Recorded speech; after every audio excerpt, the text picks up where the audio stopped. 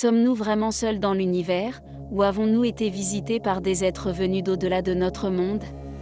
Dans cette vidéo, nous plongeons en profondeur dans certaines des rencontres extraterrestres les plus mystérieuses et époustouflantes jamais enregistrées, des lézards aux extraterrestres vus en Afrique.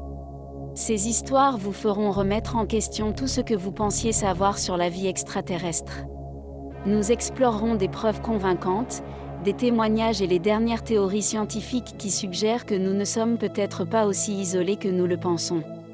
Ces observations sont-elles la preuve de visiteurs extraterrestres, d'expériences secrètes gouvernementales ou simplement d'illusions d'optique?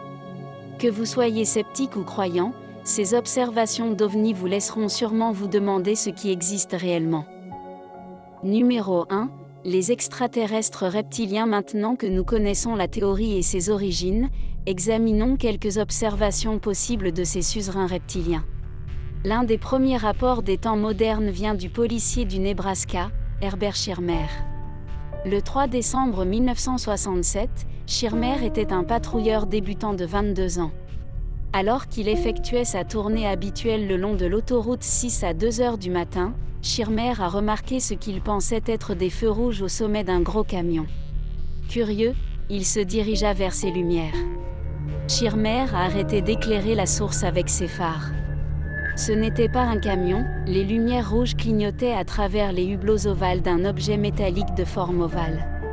Cet objet planait à environ 8 pieds au-dessus de la surface de la route, il avait une structure en dessous comme un train d'atterrissage. Alors qu'il regardait l'objet s'élever dans les airs avec des flammes jaillissant d'en bas, il est passé au-dessus de sa voiture de patrouille, puis a rapidement disparu de sa vue. Il était 3 heures du matin lorsqu'il revint à la gare, mais Schirmer avait l'impression que seulement 10 minutes s'étaient écoulées. Il a fait l'entrée suivante dans son journal de bord, a vu une soucoupe volante à la jonction de l'autoroute 663, croyez-le ou non. Par la suite, Schirmer est tombé malade et a été hypnotisé dans le cadre d'une enquête sur l'affaire. Sous hypnose, il s'est rappelé qu'après s'être arrêté devant l'OVNI, le moteur de sa voiture s'était arrêté et sa radio était devenue silencieuse. Être reptilien issu de l'engin, prétendait provenir de Vénus et avait des intentions amicales. Selon Schirmer, l'être voulait uniquement tirer de l'énergie des lignes électriques et portait également sur ses vêtements un emblème représentant un serpent ailé. De plus, le fait que Schirmer ait complètement oublié sa rencontre avec l'extraterrestre reptilien semble très similaire au film Men in Black de Will Smith, où les agents du MIB utilisent un stylo qui émet une lumière très vive, après quoi le sujet oublie tout ce qu'il vient de voir. Schirmer a-t-il vu quelque chose de plus terrible, mais a-t-il dû oublier toutes ces informations cruciales grâce à cette technologie supérieure d'hypnose extraterrestre? Numéro 2. Des extraterrestres vus par des écoliers zimbabwéens. En 1994, 60 enfants d'une école au Zimbabwe ont rencontré des extraterrestres. Ils prétendaient que ces extraterrestres descendaient d'un ovni et avaient de grands yeux. L'histoire commence par des rapports faisant état d'explosions dans le ciel de la région. Les explosions pouvaient être vues aussi loin que possible. Les astronomes de la Zambie et du Botswana ont également déclaré que ces explosions avaient été provoquées par une pluie de météores. Cependant, de nombreux témoins oculaires ont déclaré qu'une capsule semblable à une boule de feu avait émergé et était flanquée de 2 capsules plus petites. De nombreux rapports faisant état d'observations extraterrestres ont commencé à apparaître. Un jeune garçon et sa mère ont rapporté avoir repéré des extraterrestres à la lumière du jour avant que ceux-ci ne disparaissent. Un camionneur a également rencontré des êtres étranges sur la route la nuit. Puis, le 16 septembre, un représentant de l'école primaire d'Ariel a appelé. La représentante a insisté sur le fait que ses élèves avaient rencontré des extraterrestres. L'histoire raconte que les élèves d'Ariel jouaient dehors. Ils ont repéré des objets en forme de disque dans le ciel. Il y avait 3 ou 4 de ces objets. Les objets ont volé le long des lignes électriques et ont finalement atterri dans la brousse, parmi les arbres. Les enfants étaient effrayés, mais aussi curieux. Peu de temps après, des extraterrestres ont émergé de ces engins en forme de disque. Un élève a dit qu'il avait d'abord pensé que le petit homme était peut-être le jardinier de l'école, mais ensuite j'ai vu que le personnage avait de longs cheveux noirs et raides. Ce n'était pas vraiment comme les cheveux d'une personne noire. C'est alors qu'il réalisa que la silhouette n'était pas humaine. Un autre étudiant, Guy G, a décrit les extraterrestres en détail. Il pouvait voir que le petit homme, mesurant environ 1 mètre, était vêtu d'un costume noir brillant. Il avait de longs cheveux noirs et des yeux qui semblaient plus bas sur la joue que nos yeux. Les yeux de l'extraterrestre étaient grands et allongés. Sa bouche n'était qu'une fente et ses oreilles étaient à peine visibles. Certains enfants pensaient également que ces êtres étaient des Zwikwambo petits carrés noirs ou des Tokoloshi, petits carrés noirs des gobelins maléfiques dans le folklore africain local. Ces enfants ont fondu en larmes, craignant d'être mangés. Lorsque les étudiants ont signalé leur observation d'extraterrestres aux enseignants, ils ont été accueillis avec incrédulité. Les enseignants ont rejeté leurs histoires et leur ont dit de se taire. Les cours ont ensuite repris normalement.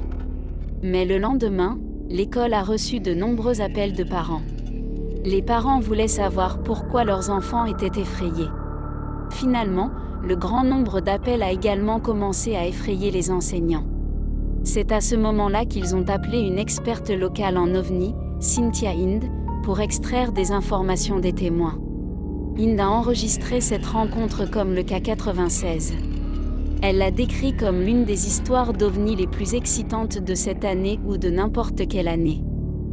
Cet incident ne peut certainement pas être considéré comme un canular, car les 60 écoliers ont donné des descriptions très similaires des minuscules extraterrestres qu'ils ont vus avec de grands yeux noirs. Alors s'il s'agissait effectivement d'une véritable rencontre, pourquoi les êtres extraterrestres ont-ils choisi de se montrer uniquement aux écoliers zimbabwéens? Ou préparaient-ils un enlèvement massif qui ne s'est pas déroulé comme prévu? Notre prochaine rencontre avec des extraterrestres vous donnera la chair de poule rien qu'en entendant l'histoire. Numéro 3. OVNI vu en Afrique du Sud. Nous avons tout d'abord le cas d'un étrange avion repéré en 1914, d'août à septembre de la même année. Des milliers de Sud-Africains à travers le pays ont observé cet avion et pensaient qu'il s'agissait d'un monoplan de nuit. L'avion avait ses phares allumés en permanence et effectuait des manœuvres sophistiquées. Cette première a eu lieu pendant la Première Guerre mondiale. C'était dans les semaines précédant la campagne de l'Afrique du Sud-Ouest.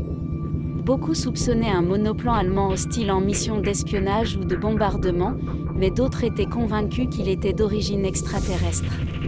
Aucune autorité allemande n'a jamais confirmé l'existence de cet avion. Même des années après la guerre, il est également étrange que l'avion ait effectué des manœuvres apparemment invraisemblables et pourquoi un plan d'espionnage serait-il si visible? Aucune théorie n'a jamais été confirmée jusqu'à aujourd'hui, personne ne connaît la réponse. Sa destination et l'identité de son pilote restent également un mystère. Un autre avion inhabituel a également été repéré cette année. Les habitants de Pietermaritzburg ont vu une longue traînée de lumière verte dans le ciel. Selon les informations, cet objet ressemble à un astéroïde en quelques heures. Plusieurs utilisateurs des médias sociaux ont rapporté des observations similaires. Certains d'entre eux ont suggéré qu'il s'agissait d'un astéroïde.